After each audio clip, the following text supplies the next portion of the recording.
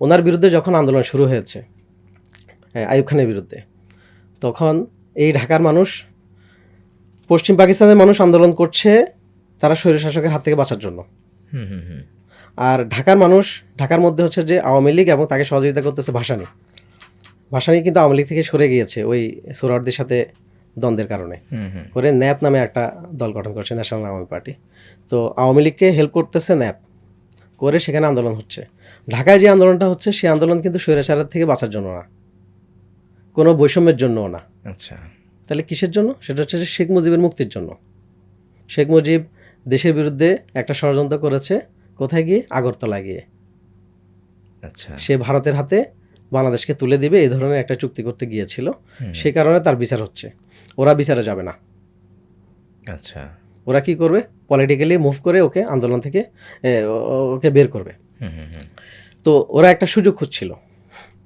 সেই সুযোগের অংশ হিসাবে যখন পশ্চিম পাকিস্তানে আন্দোলনটা অগ্নিগর্ভ হয়ে গিয়েছে, পাঞ্জাবের ছেলেরা একের পর এক রক্ত দিচ্ছে, তখন এরা ঢাকায় কী করলো? আন্দোলন শুরু করলো। তো যখন ঢাকায় আন্দোলন শুরু হলো, আইয়ুব খান তার আলাদা একটা প্রদেশ, সেখানে আন্দোলন হচ্ছে, সেটাকে কন্ট্রোল করার জন্য সে মুজিবকে ছেড়ে দিল। একজন দেশদ্রোহীকে ছেড়ে দিল বিনা বিচারে নিজে বাঁচার জন্য, যেটা স্বৈরশাসকরা সবসময় করে থাকে। আচ্ছা, মুজিব একজন দেশদ্রোহী, মানে মানে একদম ডিরেক্ট দেশদ্রোহী, এর মধ্যে আর কোনো কথা নেই। বুঝতে পেরেছেন? তো এরকম দেশদ্রোহীকে সে ছেড়ে দিচ্ছে তার নিজের ক্ষমতাটাকে বাঁচার জন্য। তো সে মুজিবকে ছেড়ে দেওয়ার পরে ঢাকার আন্দোলন কি হয়ে গেছে? স্টপ হয়ে গেছে। তারও 1 মাস পরে আইয়ুব খান ক্ষমতা ছাড়তে কি হয়েছেন? বাধ্য হয়েছেন। তাহলে আপনি কোন হিসাবে বলবেন যে 69-এর গণঅভ্যুত্থানে আপনার কারণে আইয়ুব খানের পতন হয়েছে? এটা তো কোনো ইয়াই নাই, এটা তো কোনো ভিত্তিই নেই। আর যদি এটা হয়েও থাকে, যদি আপনার কথা সত্য হয়ে থাকে, তাহলে তো আইয়ুব খানকে আপনি কোনোভাবেই স্বৈরশাসক বলতে পারেন না। কারণ সে 2000 কিলোমিটার দূরের একটা আন্দোলন দেখে সে যদি ক্ষমতা ছাড়ে দেয় তাহলে তো হচ্ছে যে আর পশ্চিম পাকিস্তানের নিশ্চয়ই তার পক্ষে ছিল, তাই তো? এরকমই তো আমাদের কাছে একটা ন্যারেটিভ তৈরি হয়েছে, তাই না? তো পশ্চিম পাকিস্তান যদি তার পক্ষে থাকে, 2000 কিলোমিটার দূরে কী হইতেছে সেটা নিয়ে তো তার পদত্যাগ করার কোনো কি নেই, প্রশ্নই আসে না। আর যদি সে পদত্যাগ করে থাকে তাহলে তো সে মহান মানুষ, কিন্তু আইয়ুব খান মহান মানুষ ছিল না। ওকে, এবার আসি এই এখানে কথা, যেটা কথা বললে আপনার বৈষম্যটা পুরাটাই পানি হয়ে যাবে। এটা যে মিথ্যা কথা, এটা প্রমাণ হয়ে যাবে। আইয়ুব খান আইয়ুব খানের পতনের পর ইয়াহিয়া খান ক্ষমতায় আসলো, পরবর্তী যিনি সেনাপ্রধান ছিলেন তিনি ক্ষমতায় আসলেন, এবং তিনি এসে ঘোষণা করলেন যে তিনি 2 বছরের মধ্যে একটা ইলেকশন দিবেন এবং গণতান্ত্রিক সরকারের হাতে ক্ষমতা দিয়ে তিনি কী করবেন? চলে যাবেন। এবং তিনি সেটা করেছেন। তাহলে 70-এর ইলেকশানে উনি যখন প্রথম ইলেকশানে ঘোষণা করেন, তখন ওই লোক চায়না হুজুর, সে তো বলেছে হচ্ছে যে সে ভোটের বাক্সে লাথি মারত, মানুষ তো তার কথা শুনে নাই, তার মানে মানুষ স্বাধীনতা চায় নাই, প্রমাণ। আচ্ছা, এরপর হচ্ছে বৈষম্যের কথা বলি। তো উনি তখন হচ্ছে যে এরিয়া নির্ধারণ করবেন, আসন নির্ধারণ করবেন। আপনি জানার কথা যে ওইটাই ছিল পাকিস্তানের প্রথম ইলেকশন। এর আগে পাকিস্তানে আর কখনো ইলেকশন হয়নি। কারণ হচ্ছে পাকিস্তানের মুসলিম লীগকে প্রতিদ্বন্দ্বিতা করতে পারে এরকম কোনো রাজনৈতিক দল গড়ে ওঠে নাই বিদায় ইলেকশন করার ওই সময় ওইরকম প্রয়োজন হয়নি। আর এরপরে তো আসছে হচ্ছে সেনাশাসক তো আইসা তো হচ্ছে যে সে অনেকগুলো ইলেকশন করছে, কিন্তু সেই ইলেকশনে তো আসলে কোনো ভিত্তি ছিল না, এগুলো তো জোর করা ইলেকশন ছিল। মানে আইয়ুব খানের কথা বলছি, আইয়ুব খানের যে 10 বছর। তো এরপরে হচ্ছে যে উনি যখন আসলেন তখন হচ্ছে যে উনি আইয়ুব খানের ব্যাপারে আরেকটা কথা আছে। আইয়ুব খান কিন্তু আসন ভিত্তিক ইলেকশন করেন নাই। আচ্ছা, আইয়ুব খান করেছেন, আইয়ুব খান একটা মৌলিক গণতন্ত্র নামে একটা পদ্ধতি আবিষ্কার করেছেন। সে আবিষ্কারটা কি? সে আবিষ্কার হচ্ছে যে ইউনিয়ন চেয়ারম্যানরা নির্বাচিত হবেন হচ্ছে মেম্বারদের দ্বারা, মেম্বাররা নির্বাচিত হবে জনগণ দ্বারা, তারপরে এইভাবে করে করে উপরের দিকে উঠে আসবে। মানে সাধারণ ইলেকশন যেটা, সেটা উনি করেন নাই। তার মানে এখন ওনার প্রথম কাজ হচ্ছে ভোটার নির্ধারণ করা, ভোটার তালিকা করা ইয়াহিয়া খানের, আর হচ্ছে যে এরিয়া নির্ধারণ করা। তাহলে এরিয়া নির্ধারণটা কিভাবে হবে? সেনাবাহিনীর একটা অংশ বলেছে যে আমরা ভৌগোলিকভাবে এরিয়া নির্ধারণ করব, মানে হচ্ছে যে আয়তনকে চিন্তা করে যদি এরিয়া নির্ধারণ করা হয়, আসন সংখ্যা নির্ধারণ করা হয়, তাহলে পশ্চিম পাকিস্তান আসন বেশি পায়। আচ্ছা, পূর্ব পাকিস্তান আসন কম পায়, তাই তো? পূর্ব পাকিস্তান তো অনেক ছোট, কিন্তু ঘটনা তো উল্টা। পশ্চিম পাকিস্তান এরিয়া ছোট, কিন্তু পশ্চিম পাকিস্তানে মানুষ বেশি। আচ্ছা, কত কোটি? 7 কোটি। আর ওইদিকে হলো 5 কোটি। এখন ইয়াহিয়া খান উনি স্বৈরশাসক, এ ব্যাপারে তো কোনো কথা না, উনি তো আসছে স্বৈরশাসক হিসাবে এবং নির্বাচন করে ছেড়ে দেওয়ার জন্য আসছে। ইয়াহিয়া খান কিন্তু এরিয়া ভিত্তিতে ইয়ে করেন নাই, আসন সংখ্যা নির্ধারণ করেন নাই, উনি করেছেন জনসংখ্যার ভিত্তিতে।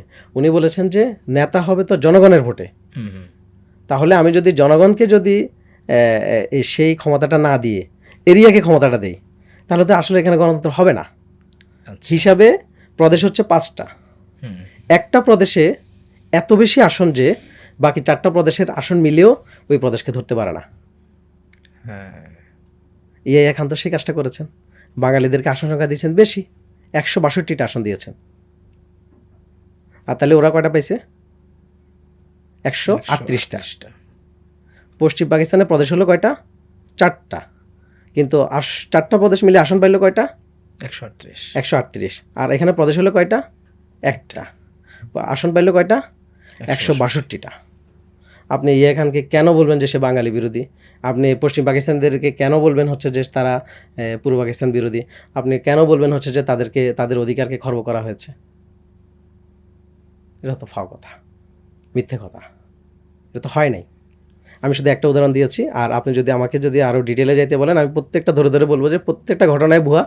কিন্তু আমি শুধু একটা ঘটনা দিলাম যে ইয়াহিয়া খানকে যাকে দাঁতালো হিসেবে আমাদের সামনে উপস্থাপন করা হয়, সে যদি সত্যিই বাঙালি বিরোধী হতো তাহলে তো সেই কাজটা করতো না, সে তো এরিয়া ভিত্তিতে সে আসন সংখ্যা নির্ধারণ করতো। আচ্ছা, কিন্তু যেই কারণে আসলে স্বাধীনতা সংগ্রাম হয়েছে, আমি একটু স্বাধীনতা পরবর্তী সময়ের এই প্রশ্নটা একটু করতে চাই যে যে কারণে স্বাধীনতা সংগ্রাম হয়েছে সেই লক্ষ্য উদ্দেশ্যটা আসলে কেন এখনো পর্যন্ত বাস্তবায়ন হয় নাই এই দেশে, এবং স্বাধীনতার লক্ষ্য উদ্দেশ্য কী ছিল? অর্থাৎ স্বাধীনতার যে 3টি মূলনীতি ছিল, সেই মূলনীতিগুলোতেও আসলে কেন আমরা এখন একটা কাঙ্ক্ষিত পর্যায়ে যেতে পারিনি? না, এটা তো হচ্ছে যে মুনাফিকি এটা তো মুনাফিকি, এটা তো স্বাধীনতার মূল উদ্দেশ্য ছিল না। স্বাধীনতার মূল উদ্দেশ্য ছিল, যারা স্বাধীনতা আন্দোলন করেছে তারা হচ্ছে এই দেশে বাম সম্প্রদায়, এবং এরা রাশিয়াপন্থী বাম। আচ্ছা, সে সময় আমার দাদারা যারা মুসলিম লীগ করতো, মুসলিম লীগ ওই সময় বড় দল ছিল, তারা একটা স্লোগান দিয়েছিলেন, রুশ ভারতের দালালেরা হুঁশিয়ার সাবধান। তো যারা স্বাধীনতা সংগ্রাম করেছে তারা তো হচ্ছে যে অনেকগুলো সমস্যা আছে এখানে। ওরা করেছে হচ্ছে যে এই অংশটাকে, বাংলা অংশটাকে সমাজতান্ত্রিক রাষ্ট্র হিসেবে দেখার জন্য, তাহলে সেটা হয় নাই। এই উদ্দেশ্যটা তারা কি করে নাই, মানুষের সামনে প্রকাশ্য করে নাই। 2 নম্বর হচ্ছে যে এই অঞ্চলের স্বাধীনতা তারা চাইতেছে, কিন্তু এই অঞ্চলে মানুষের ম্যান্ডেট তারা নেয় নাই। এই অঞ্চলে মানুষ স্বাধীনতা চায় নাই। আমি আপনাকে বলেছি এই অঞ্চলে মানুষ স্বাধীনতা চায় নাই। এই অঞ্চলে মানুষ স্বাধীনতা চায় নাই, তাহলে আপনি জোর করে স্বাধীনতা চাপাই দিচ্ছেন, তাহলে আপনি স্বাধীনতার মূলনীতি পাবেন কোথায়? পাবেন না। 3 নম্বর হচ্ছে যে মূলনীতি করা বলা হয়, এই মূলনীতি আসলে মূলনীতি না, এগুলো জনগণকে সামনে রাখার জন্য একটা কথা বলা হয়েছে। এখন তাহলে স্বাধীনতা যারা চাইছে বা স্বাধীনতা যারা করেছে তারা কি সফল হয়েছে? না, তারাও সফল হয়নি। তারা সফল হয় নাই কেন? কারণ হচ্ছে যে মুজিব এসে তাদের সমাজতান্ত্রিক রাষ্ট্রটার যে ইচ্ছা ছিল সেটাকে নষ্ট করে দিয়েছে। কারণ মুজিব তো সমাজতান্ত্রিক রাষ্ট্র চায় নাই। এখন স্বাধীনতা সংগ্রাম যারা চেয়েছে তাদের এক একজনের এক এক চাহিদা, তাদের সবার চাহিদা এক না। যেমন মনে করেন হাসিনাকে আজ আমরা পতন ঘটিয়েছি, আমাদের সবার চাহিদা তো এক ছিল না। আচ্ছা, ঠিক না? যেমন আমি স্বাধীনতা এই জুলাই আন্দোলন গত হাসিনার আমল থেকেই তো আমি এটার সাথে রিলেটেড। হাসিনাকে কীভাবে পতন ঘটাইতে হবে সেই কাজের সাথে তো আমি সংযুক্ত ছাত্র অবস্থা থেকে। আমার ছাত্র তো শেষ হয়তো সে 12 সালে, কিন্তু তারপরেও তো আমি এটার সাথে কানেক্টেড। এবং এই আন্দোলনেও কিছু পরিকল্পনা, কিছু অংশ, সেগুলোর সাথে আমার একটা যোগসূত্রতা রয়েছে। তো আমি যে কারণে করেছি, আবার বামদের মধ্যে যে অংশ করেছে অথবা বিএনপি যারা করেছে সবাই করেছে। যেমন আমার এরিয়া ছিল হচ্ছে যে রামপুরা। তো রামপুরা এরিয়াতে তো আমি ছাত্র শিবিরের ছেলেদেরকে যা দেখেছি তার চাইতে বেশি দেখেছি বিএনপি ছেলেদেরকে। আমি দেখেছি। আচ্ছা, আমি দেখেছি তারা নেতৃত্বে ছিল না, কিন্তু তাদের অংশগ্রহণ এবং তাদের ডেডিকেশন বেশি ছিল, তাদের অংশগ্রহণটা বেশি ছিল। তারা ছাত্র শিবিরের চাইতেও বেশি সংখ্যায় অংশগ্রহণ করেছে। কেমন? তো এটা তো আমি বিএনপির যে চাওয়া, আমার যে চাওয়া, বামপন্থীদের যে চাওয়া, অথবা যে ফটোগ্রাফার শহীদুল সাহেবের যে চাওয়া, তারপরে ওই যে আয়নাগরের যে আবিষ্কারক, বিভিন্ন মানুষের বিভিন্ন রকম চাওয়া ছিল, কিন্তু সেটা তো সবার তো আসলে একরকম ছিল না। আচ্ছা, তাহলে যারা মূল উদ্দেশ্য ছিল এক। মানে ঐক্য ছিল একটা, সেটা ছিল হচ্ছে হাসিনাকে পলায়ন। স্বাধীনতার ক্ষেত্রেও সেম। স্বাধীনতার ক্ষেত্রে যারা মূলত স্বাধীনতা চেয়েছে তারা হচ্ছে নিউক্লিয়াস, জাতীয় বিপ্লবী পরিষদ, পরবর্তীতে জাসদ।